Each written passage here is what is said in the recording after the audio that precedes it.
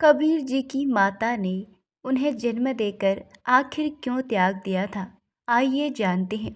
कबीर साहब जी के विषय में सही जानकारी न होने के कारण लोग यही मानते हैं कि उनका जन्म एक विधवा ब्राह्मणी से हुआ, जबकि ये बात पूरी तरह से गलत साबित होती है, क्योंकि कबीर साहब जी अपनी वाणी में स्वयं बताते हैं, कबीर ना मेरा जन्म ना गर्भ बसेरा, बालक बन दिखलाया, काशी नगर जल कमल पे डेरा, तहा जुलाहे ने पाया। कबीर माता पिता मेरे कछु नाही, ना मेरे घर दासी, जुल्हे का सुत आना कहाया, जो जगत कहे मेरी हासी। कबीर साहब जी की इन वाणियों से सिद्ध होता है कि इनका जन्म किसी माँ से नहीं हुआ, बल्कि कबीर साहब जी स्वयं ही अपने निज लोक से सहसरील आकर कमल के फूल पर प्रकट हुए, जिन्हें एक निसंतान दाम्पत्य नीरू और नीमा अपने साथ लेकर चले गए। वह पुत्रवत प्यारा व पालन पोषण किया। छोटी उम्र से ही कबीर साहब जी यथार्थ आध्यात्मिक ज्ञान अपनी दोहे व कविताओं के माध्यम से जनता को बताने लगे, जिससे वह एक प्रसिद्ध कवि के रूप में भी विश्व विख्यात हुए। कबीर साहब जी सभी धर्मों के सद्ग्रंथों में छुपे आध्यात्मिक रहस्यों को सरल भाषा में जनता को समझाया, पूरी सृष्टि रचना बताया, जिनका ज्ञान किसी पंडित, ब्राह्मण व काजी मुल्लाओं को नहीं था, जिससे वे कबीर साहब जी का बहुत विरोध भी करते थे। अब प्रश्न ये उठता है कि आखिर कबीर साहब जी को इतना ज्ञान हुआ कहाँ से, जबकि उनकी परवरिश एक छोटी जाति जुलाहा के घर में हुई, कहीं कोई शिक्षा भी ग्रहण नहीं की। इस प्रश्न का उत्तर हमारे धर्मों के सद्ग्रंथों में विख्यात है। अब बात करते हैं कबीर दास जी के लालन पालन करने वाले माता पिता नीरू और नीमा के बारे में। नीरू तथा नीमा दोनों गौरी शंकर और सरस्वती नाम के ब्राह्मण जाति से थे। वे भगवान शिव के उपासक थे। भगवान शिव की महिमा शिव पुराण से निस्वार्थ भाव से भक्तमाओं को सुनाया करते थे। किसी से पैसा नहीं लेते थे। इनके नेक आत्मा थे कि यदि कोई उनको अपने आप दक्षिणा दे जाता था, उसमें से अपने भोजन योग्य रख लेते थे और जो बच जाता था उसका भंडारा कर देते थे।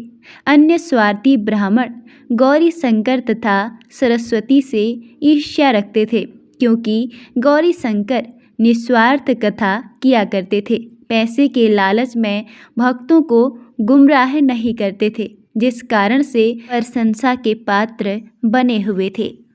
उधर से मुसलमानों को ज्ञान हो गया कि इसके साथ कोई हिंदू ब्राह्मण नहीं है। उन्होंने इसका लाभ उठाया और बलपूर्वक उनको मुसलमान बना दिया। मुसलमानों ने अपना पानी उनके सहारे घर में छिड़क दिया तथा उनके मुंह में भी डाल दिया, सारे कपड़ों पर छिड़क दिया। उससे हिंदू ब्राह्मणों ने कहा कि अब ये मुसलमान बन गए, आज के बाद इनका हमारे से कोई भाईचारा नहीं रहेगा। बेचारे गौरी शंकर तथा सरस्वती विवश हो गए। मुसलमानों ने पुरुष का नाम नीरू तथा स्त्री का नाम नीमा रखा।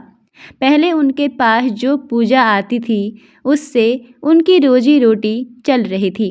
अब पूजा आनी भी बंद हो गई और उन्होंने सोचा अब क्या काम करें। उन्होंने एक कपड़ा बुनने की खड़ी लगा दी और जुलाहे का कार्य करना प्रारंभ कर दिया।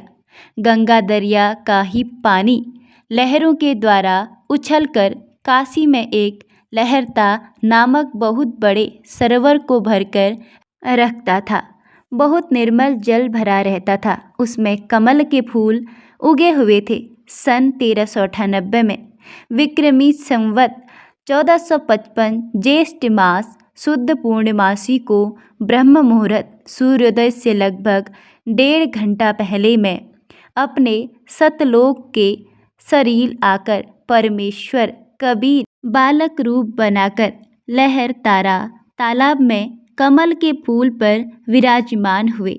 उसी लहर तारा तालाब पर नीरू नीमा सुबह सुबह ब्रह्म मुहूर्त में स्नान करने के लिए प्रतिदिन जाया करते थे।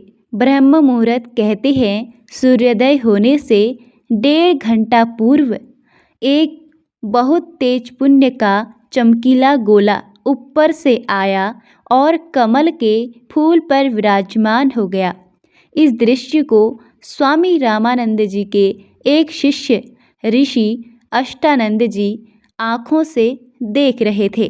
कबीर साहब ने बच्चे के रूप में एक पैर का अंगूठा मुंह में दे रखा था और एक पैर को हिला रहे थे।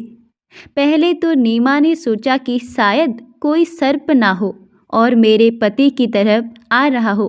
फिर ध्यान से देखा तो समझने में देर ना लगी कि ये तो कोई बच्चा है और बच्चा कमल के फूल पर है। एकदम अपने पति को आवाज़ लगाई कि देखिए जी, बच्चा डूबेगा, बच्चा डूबेगा। नीमा की जोरदार आवाज़ से प्रभावित होकर जिस तरह हाथ से संकेत कर रही थी नीरू ने इधर देखा, एक कमल के फूल पर नवजात शिशु लेटा हुआ था। नीरू उस बच्चे को फूल समेत लाई और नीमा के हाथ में दे दिया और फिर नीमा और नीरू उस बच्चे को लेकर अपने घर चले गए और वहीं कबीरदास जी का लालन पालन हुआ।